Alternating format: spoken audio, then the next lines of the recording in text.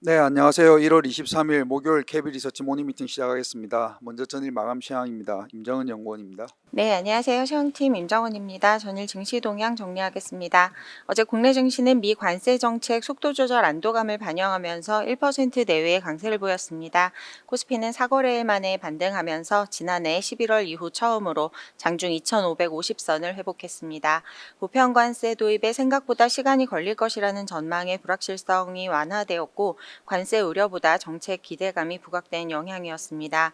반도체주를 비롯한 시총상위 대형주의 강세가 지수 상승을 견인했고 AI와 원자력, 우주항공 등 트럼프의 정책 수혜 기대 업종들의 강세 흐름이 연장됐습니다. 다음 해외 증시입니다. 미 증시는 트럼프 랠리에 3대 지수가 3거래일 연속 동반 상승했습니다.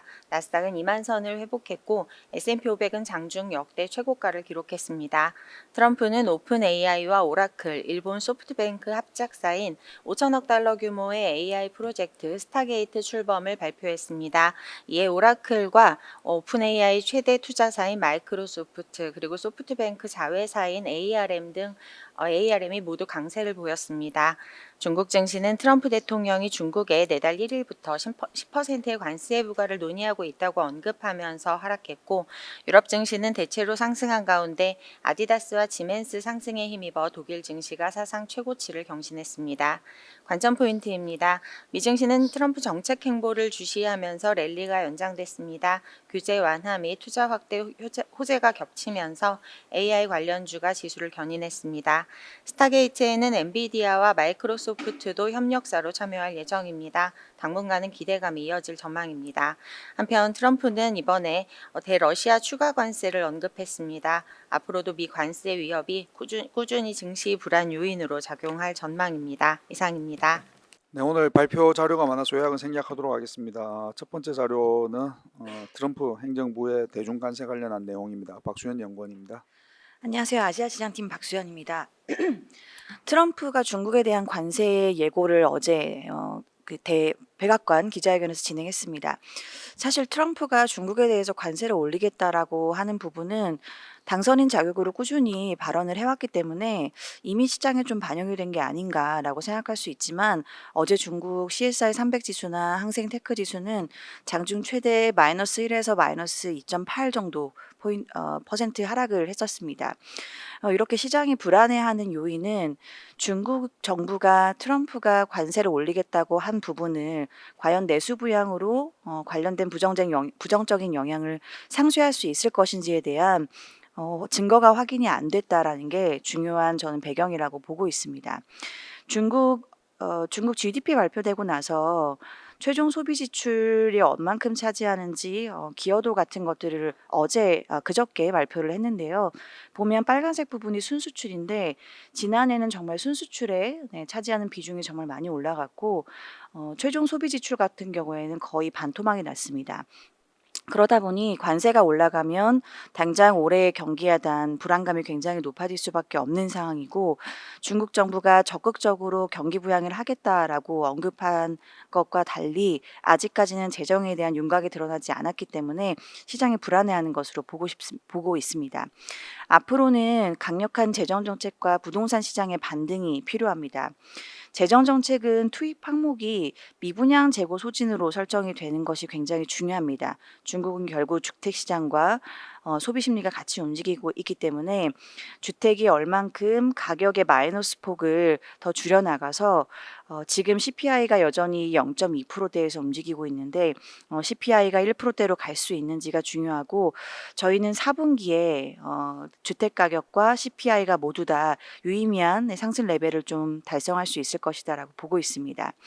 트럼프 1기 당시보다는 중국이 수출 지역을 다각화하고 저가 수출 전략을 하면서 수출 경기 불확실성의 대비가 다소 조금 더 되어 있다고 볼 수는 있습니다. 그렇지만 중국의 내수 경기가 그때 당시 대비에는 누적된 문제점들이 상당히 많고 2023년 3월 이후에는 22개월 연속 CPI가 1%를 하회하고 있는 상황입니다. 양회를 앞두고 트럼프 대통령의 대중 압박, 중국 정부의 경기 부양책 기대로 박스권을 예상합니다. 이상입니다. 네, 다음은 ETF 시장에 관한 내용입니다. 박유한 연구원입니다. 네, 안녕하세요. 트럼프 2기를 맞이하는 글로벌 ETF 시장 수급은 2024년 트럼프 당선 확정 이후에 1기 대비해서 트럼프 정책 기조에 더욱 빠르고 강도 높게 반응하고 있습니다. 이제 지난 11월에 승리한 이후에 사실 이제 친기업 성장적인 정책 기조 하에서 위험 자산 위주로 자금이 쏠렸고요. 특히 규제 완화 수혜를 입을 것으로 기대되는 업종, 금융과 에너지 위주로 자금이 큰 폭 유입이 됐습니다. 근데 이 자금 유입 폭을 보면 사실 이제 1기 때 수준보다 2기 때가 2배 정도로 강도 높고 빠른 수준입니다. 특히 이제 트럼프 공약 중에 비트코인 전략적 비축 계획이 주목을 받으면서 통화자산 ETF 내에서 가상자산 ETF로 빠르게 자금이 쏠렸던 것도 특징적입니다. 사실 이제 1기 때는 불확실성을 염두에 두고 현금성 자산 역할을 하는 단기채 ETF 등으로 자금이 많이 쏠렸었는데 현재는 이때와 달리 시장 참여자들이 정책을 미리 예상하고 발빠르게 움직이고 있는 것으로 판단됩니다. 사실 이제 시장 주요 관심 사안은 취임 후의 정책 방향성과 실행 우선순위인데요. 이제 우선 취임 직후에 트럼프 대통령은 중국과의 AI 기술 패권 경쟁에서 미국의 주도권을 확고히 하려는 의지를 보였으면서 이제 AI 기술에 대한 우호적인 정책 기조를 드러냈는데요. 이제 특징적으로는 이제 세 가지입니다. 먼저 이제 바이든 미국 대통령이 지난 2023년 때 내린 인공지능 AI 안정성 테스트 보고 의무 행정명령을 철회를 했습니다. 이제 이는 바이든 정부가 발효한 AI 규제를 풀어서 자국의 AI 기술 개발에 속도를 내겠다는 의지로 해석이 되는데요. 그리고 이제 두 번째로는 이제 AI 데이터 센터 관련 내용입니다. AI 데이터 센터에 대해서 연방 지원 정책을 유지하기로 또 했습니다. 사실 이 정책 자체는 국방부와 에너지부 소유의 연방 부지를 민간 AI 기업들에 임대해 데이터 센터를 건설할 수 있도록 허용하는 내용을 담고 있는데 앞서 말씀드린 1번과 같은 맥락으로 해석이 됩니다. 그리고 이제 취임 둘째 날에는 이제 오픈 AI, 일본의 소프트뱅크, 미국의 오라클이 주도하는 민간 부문의 대규모 AI 인프라 투자 계획까지 발표를 했습니다. 사실 이제 위와 같이 AI 산업을 적극적으로 육성하기 위한 트럼프 대통령의 정책 기조 하에서 AI 데이터 센터의 기저가 되는 전력의 역할이 더욱 주목받을 것으로 예상하고 있습니다. 특히 이제 미국 정부가 원자력 발전을 청정 에너지로 분류한다는 점을 감안하면 공급 안정성이 재생 에너지 대비 높아 기저 전력 역할을 할 수 있는 원자력 발전으로 시장의 성장 기대가 쏠릴 것으로 판단하고 있습니다. 특히 이제 SMR의 경우에 모듈화 설계로 이제 원자로의 상시 가동 및 전력 공급에 유리하고 이제 필요시 모듈을 추가 용량을 확장할 수 있기 때문에 시장의 관심도가 특히 높습니다. 이제 아래와 같이 관심 ETF 리스트를 제시합니다. 자세한 내용은 보고서 참조 부탁드립니다. 네, 다음은 산업 및 기업 분석 순서입니다. 먼저 지주업종 커버리지 게시 자료입니다. 박근영 연구원입니다. 안녕하십니까. 지주회사 담당 박건영 연구원입니다. 지주회사 이닛 리포트를 발간을 했습니다. 관련해서 내용 간략하게 말씀드리겠습니다. 우선 지주회사 산업투자의견은 뉴트럴로 커버리지를 게시를 합니다. 업종 최선호주로는 LG를 제시드립니다. 저희가 산업투자의견 뉴트럴로 제시한 이유는 지주회사의 NAV 디스카운트의 주요 요인 중 하나인 비재무적인 이슈를 해소하기 위해서는 아직 시간이 조금 더 필요하다고 판단되기 때문입니다. 여기서 NAV란 순자산 가치를 의미를 합니다. 즉 지주회사의 경우 기업 가치가 순자산 가치 대비 큰 폭으로 할인되어서 거래되고 있기 때문에 지주회사를 항상 논할 때 NAV 디스카운트가 꼬리표처럼 따라 붙고 있습니다. 근본 리포트에서는 이 NAV 디스카운트에 대해서 조금 더 심도 있게 다뤘고요. 주요 내용을 세 가지로 요약을 하자면 첫 번째는 이러한 디스카운트가 최종적으로 해소될 수 있느냐입니다. 두 번째는 이러한 디스카운트가 왜 근본적으로 발생을 하느냐이고 마지막으로 이러한 이슈가 어떻게 밸류에이션에 반영이 되고 있는지 좀 분석을 해봤습니다. 첫 번째부터 간단하게 말씀드리면 저희는 장기적인 관점에서 디스카운트 해소를 위한 대내적인 변화는 시작이 되었다고 생각이 듭니다. 이러한 변화의 일환이 작년의 기업 밸류어 프로그램이고요.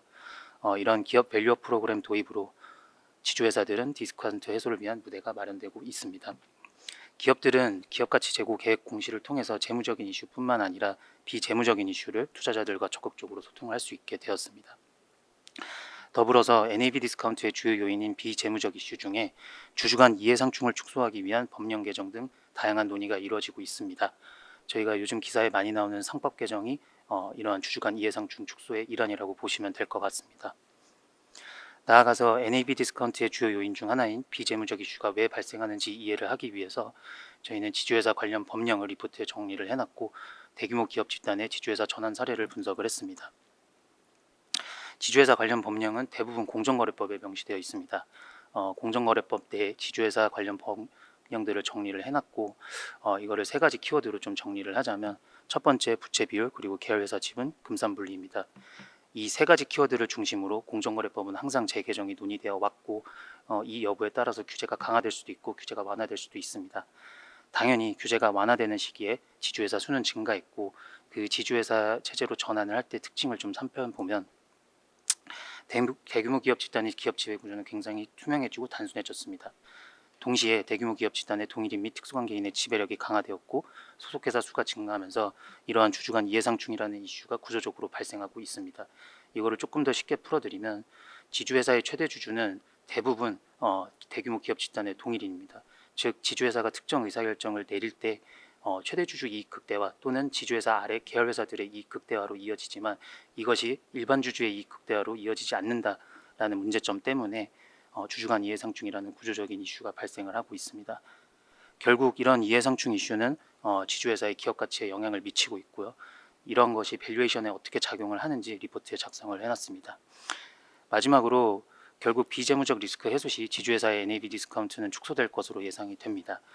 많은 기업들 그리고 투자자들이 이런 주주 간 이해상충을 어떻게 축소할 수 있는지에 대한 고민이 큽니다. 따라서 근본 리포트에서는 주주 간 이해상충 축소를 성공적으로 이행한 버크셔 해서웨이의 사례를 조금 참고차 적어놨습니다. 자세한 내용과 그리고 데이터는 리포트를 참고하시면 되겠습니다. 감사합니다. 네, 다음은 삼성 바이오로직스에 관한 자료입니다. 김혜민 연구원입니다. 안녕하십니까. 제약바이오 담당 김혜민 연구원입니다. 삼성바이오로직스 4분기 리뷰 자료 말씀드리겠습니다. 삼성바이오로직스에 대한 투자 의견 파악 그리고 KB증권 제약바이오 업종 탑픽 의견을 유지하고 목표 주가는 기존 130만 원에서 4% 상향한 135만 원을 제시합니다. 연결 기준 4분기 매출액은 1조 2,564억 원으로 YY 17%, 영업이익은 3,257억 원 YY 마이너스 7%로 컨센서스를 각각 3%, 12% 상회했습니다. 로직스 매출액 같은 경우는 9,540억 원, 영업이익은 3,147억 원을 달성했는데 이는 1공장에서 3공장 풀가동 유지 그리고 4공장 매출 기여도 상승에 기인합니다. 4공장 18만 리터 같은 경우는 23년 6월부터 가동 개시되었고 4공장과 올해 4월 완공이 예정되는 5공장의 DS 매출 비중은 25년도 기준 35%에서 40%, 26년도 기준 45%에서 50%로 전망됩니다. 에피스 같은 경우는 매출액 3,974억 원, 영업이익 723억 원을 실현했는데 이는 스텔라라 바이오시밀러 SB17, 아일리아 시밀러 SB15 승인에 따른 마일스톤 유입과 기존 제품 매출 확장에 기인합니다. 따라서 삼성바이오로직스 연결 매출 및 영업이익을 각각 올해 같은 경우는 5조 4,840억 원 YY 21% 성장, 매출 영업이익은 1조 7,069억 원으로 추정했습니다. 다소 공격적인 성장폭으로 보일 수 있지만 로직스 별도 기준 매출 20%에서 25% 성장, 그리고 에피스의 마일스톤 제외 시 제품 매출 기준 20% 수준의 성장을 감안하면 이에 부합하다고 판단합니다.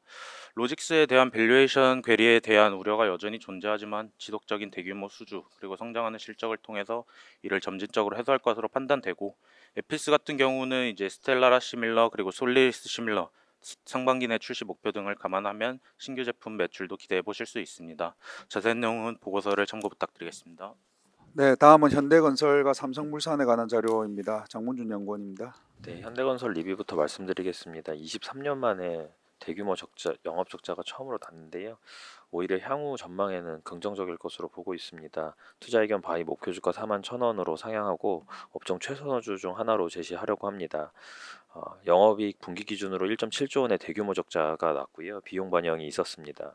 저희가 이제 이게 23년 만에 처음으로 있는 영업 적자인데 어떤 의미를 가지고 있는지 적었고 반대급부로 공격적인 이익 가이던스가 나왔습니다. 25년 가이던스 1.2조 원 정도 수준이고 저희 추정치는 1.06조 원 정도 됩니다. 실적 불확실성이 거치며 원전이나 SMR 등에 노출되어 있는 이 사업 모멘텀이 부각될 것으로 보고 있습니다. 다음은 삼성물산 리뷰 자료이고요. 4분기 실적은 매출액 10조 원, 영업이익 6,300억 정도로 무난했던 4분기로 요약을 할 수가 있겠습니다.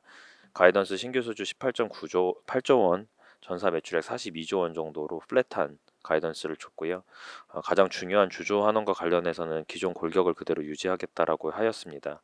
불확실성 높은 환경에서 상대적으로 안정적인 이익이 나오고 있기는 한데 의미 있는 주조 환원의 변화가 주가의 변곡점으로 될 것으로 보고 있습니다. 이상입니다. 네, 다음은 HD 현대마린 솔루션에 관한 자료입니다. 정동희 연구원입니다. 안녕하세요. 조선기계업종 담당 정동익입니다. HD 현대마린솔루션에 대한 목표 주가를 기존 17만 5천 원에서 20만 원으로 상향 조정하겠습니다.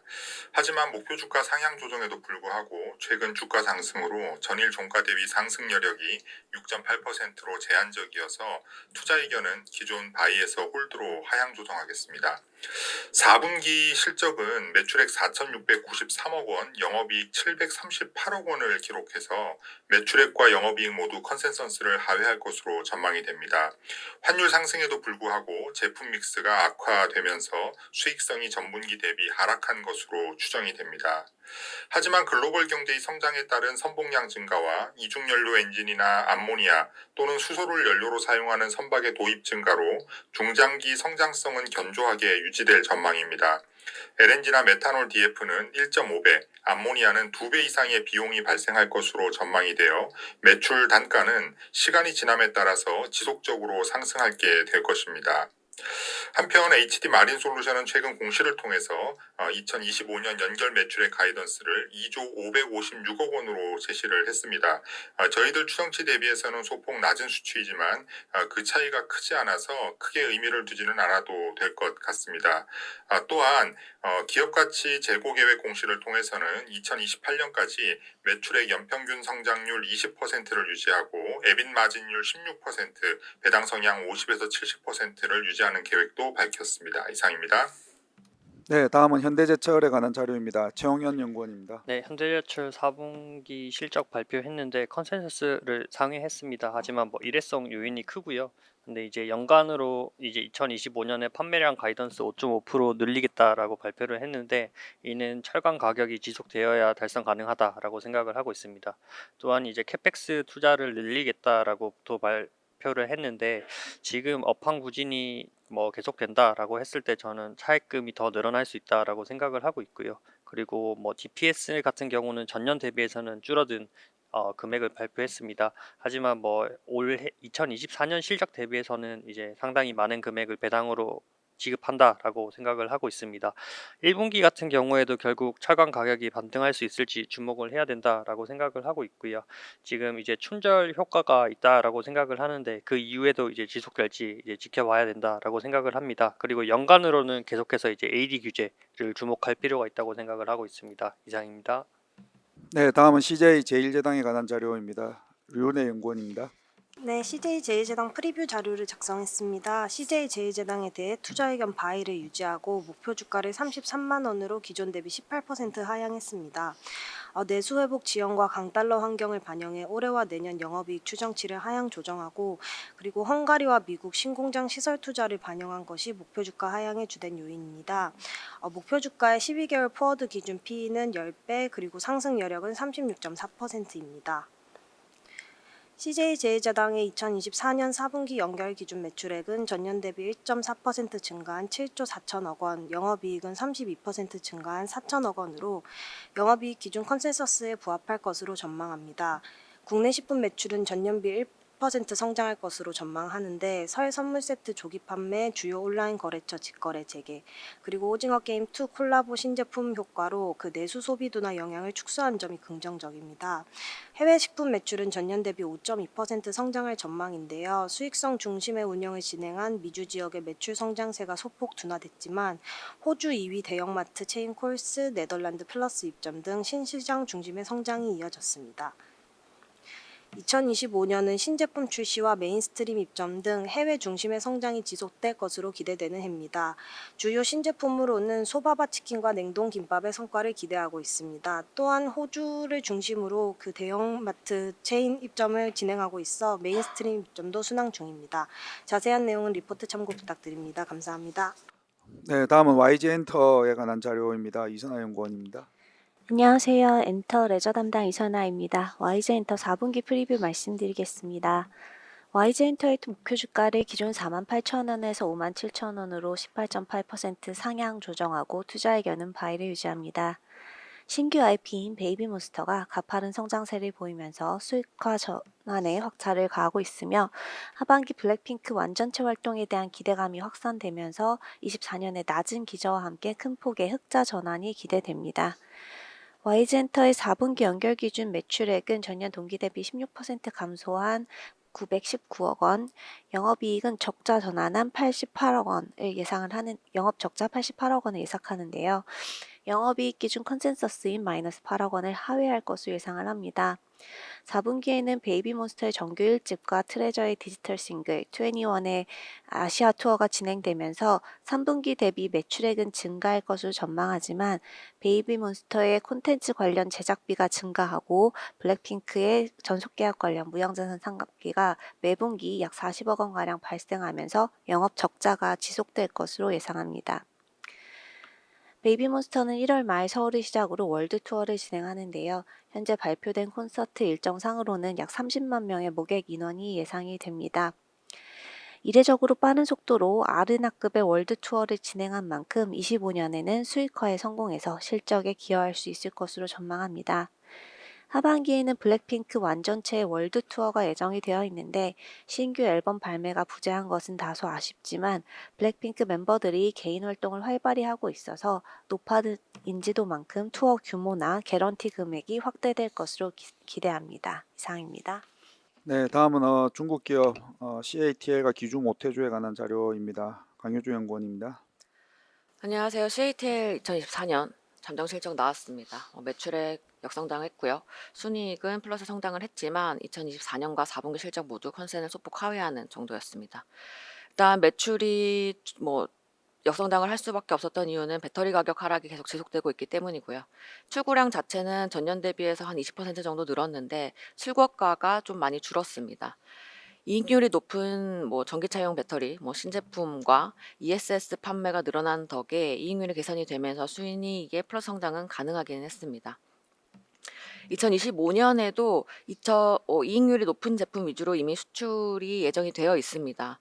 이번 주에 중동에서 전 세계 가장 큰 ESS 프로젝트에 이번에 CATL이 공급을 하기로 계약을 체결을 했고요. 전기차 분야에서도 스텔란티스랑 50기가 배터리 공급 계약을 체결을 한 상황입니다. 1월에 CEO가 신년사에서 연내 여러 건의 유럽 계약이 추가로 발표가 될 수 있다라고 발언을 했었기 때문에 올해 유럽향 진출이 원만히 진행이 되는지 확인할 필요가 있어 보이고요.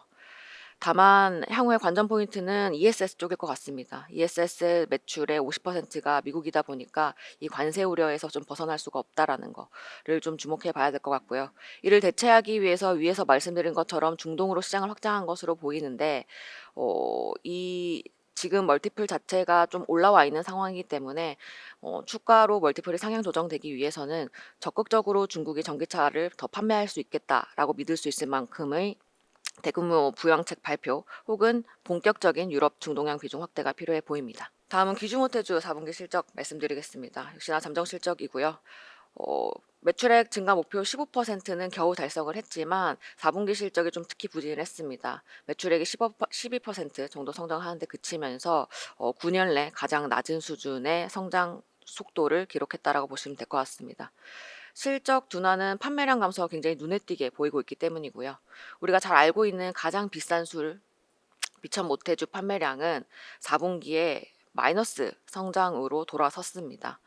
거기에다가 최근에는 지난해 내내 귀주 모태주는 중고가 제품의 판매를 늘리는 것을 회사 전략으로 가져가고 있었는데 지난 3년간 20% 넘게 빠른 성장을 보이던 이 중고가 매출이 이제는 3%대로 크게 둔화된 상황입니다. 이 소매 판매 가격이 제품의 수요 척도로 사용이 되는데 지금 출고가보다도 낮은 판매 가격으로 소매가가 확정이 되어 있어서 지금 회사의 전략 변화가 굉장히 필수적인 상황이라고 보입니다. 그럼에도 불구하고 이번에 발표했던 올해 판매 전략이 작년과 거의 변화가 없는 상황입니다.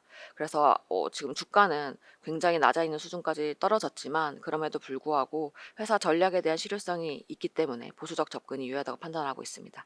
자세한 내용은 리포트 참고해 주시기 바랍니다. 네, 오늘 마지막 자료 HMM에 관한 내용입니다. 강성진 연구원입니다.